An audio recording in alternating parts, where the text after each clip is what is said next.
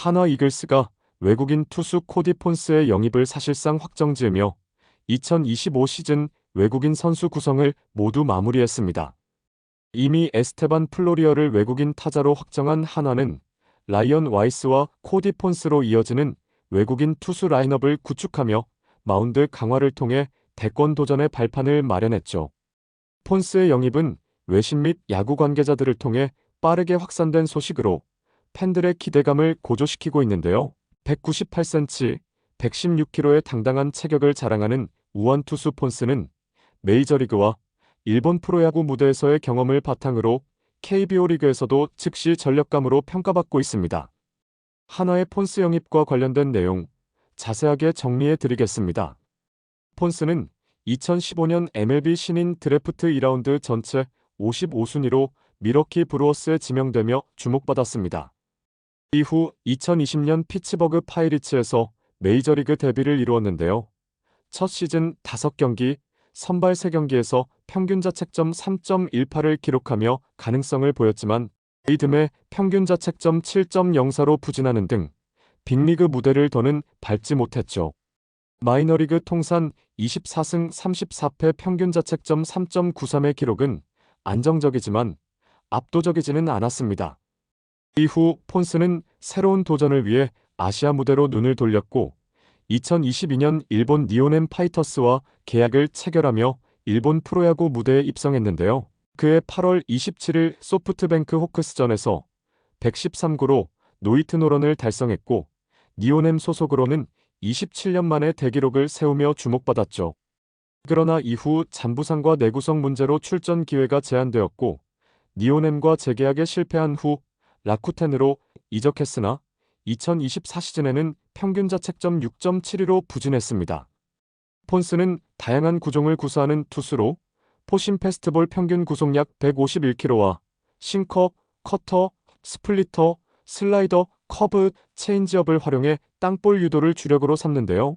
특히 KBO 리그에서는 그의 구속이 최상위권에 속할 가능성이 높아 타자들을 9위로 제압할 수 있을 것으로 기대되고 있죠. 메이저리그에서는 평균적인 구속으로 평가되었으나 상대적으로 타자의 빠른 공 대처 능력이 약한 KBO 리그에서는 효과적인 무기가 될 것으로 보입니다. 다만 폰스는 내구성 문제를 해결해야 하는데요.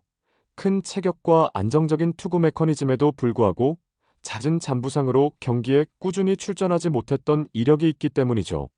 일본 프로야구 무대에서도 부상으로 인해 니온엠과 라쿠텐 모두에서 입지가 흔들렸던 만큼 한화는 시즌 동안 그의 몸 상태를 철저히 관리해야 할 전망입니다. 폰스의 가장 큰 강점 중 하나는 다채로운 구종 레퍼토리와 이를 활용한 땅볼 유도 능력인데요. 싱커, 커터, 스플리터와 같은 무빙 패스트볼 계열 구종을 효과적으로 구사하며 타자의 중심을 벗어난 타구를 유도하는 투수죠. 이는 한화의 내야진이 안정적인 수비를 보여줄 경우 더욱 빛을 발할 가능성이 큰데요.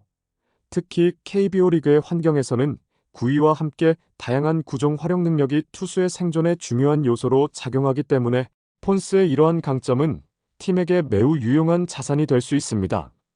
폰스의 가장 큰 약점으로 꼽히는 부분은 내구성인데요. 일본 프로야구에서 활약할 당시 뛰어난 구위를 선보이며 잠재력을 증명했으나 부상으로 인해 많은 경기에 출전하지 못했죠. 한화는 이러한 내구성 문제를 염두에 두고 시즌 중 철저한 관리 계획을 세워야 하며 정규 시즌 중 잔부상을 최소화하고 꾸준히 로테이션을 소화할 수 있는 환경을 조성하는 것이 폰스의 성공 여부를 결정지을 중요한 요소가 될 것입니다. 한화가 영입한 또 다른 외국인 선수 플로리얼과 폰스의 조합은 한화의 2025 시즌 성공 가능성을 높이는 요인 중 하나인데요. 플로리얼이 중견수로서 수비 범위를 넓히고 외야의 안정성을 제공한다면 땅볼 유도의 강점을 가진 폰스는 내야수와의 협력을 통해 상대 타자들을 효과적으로 봉쇄할 수 있죠. 특히 플로리얼의 주루 능력과 폰스의 투구 스타일은 김경문 감독의 공격적이고 빠른 경기 운영 스타일과 잘 맞아떨어집니다. 폰스와 함께 한화는 라이언 와이스, 류현진, 문동주, 김민우 등 기존 투수진과 조화를 이루며 선발진을 재구성할 예정인데요. 폰스가 성공적으로 선발 로테이션에 합류한다면 한화는 시즌 내내 안정적인 경기 운영이 가능해질 것으로 보이죠. 또한 그의 땅볼 유도 능력은 상대 타자에게 긴 이닝을 허용하지 않도록 하는데 효과적일 것으로 예상되고 있습니다. KBO 리그에서 외국인 투수는 대체로 1선발 또는 2선발 역할을 맡아야 하는데요. 폰스는 MLB와 NPB에서 쌓은 경험과 KBO 리그에서 상위권에 속할 수 있는 구위를 바탕으로 이러한 기대를 충족시킬 수 있을 것으로 보이죠. 특히 KBO 리그의 타자들이 높은 구속과 움직임이 강한 공에 약점을 보이는 경우가 많기 때문에 그의 무빙 패스트볼 계열 구종은 타자들을 압도할 수 있는 강력한 무기가 될 것입니다. 한화는 최근 몇 년간 외국인 선수 영입에서 아쉬운 결과를 내며 팬들에게 실망을 안겼는데요. 그러나 플로리얼과 폰스라는 새로운 조합은 팬들에게 다시 한번 희망을 주고 있죠. 특히 폰스의 노이트 노런 경험과 다양한 리그에서의 경력은 한화 팬들에게 신뢰감을 줄 수 있는 요소이며, 이와 더불어 플로리얼과 폰스의 젊은 나이는 한화의 장기적인 전력 강화에 긍정적인 영향을 미칠 것으로 보입니다.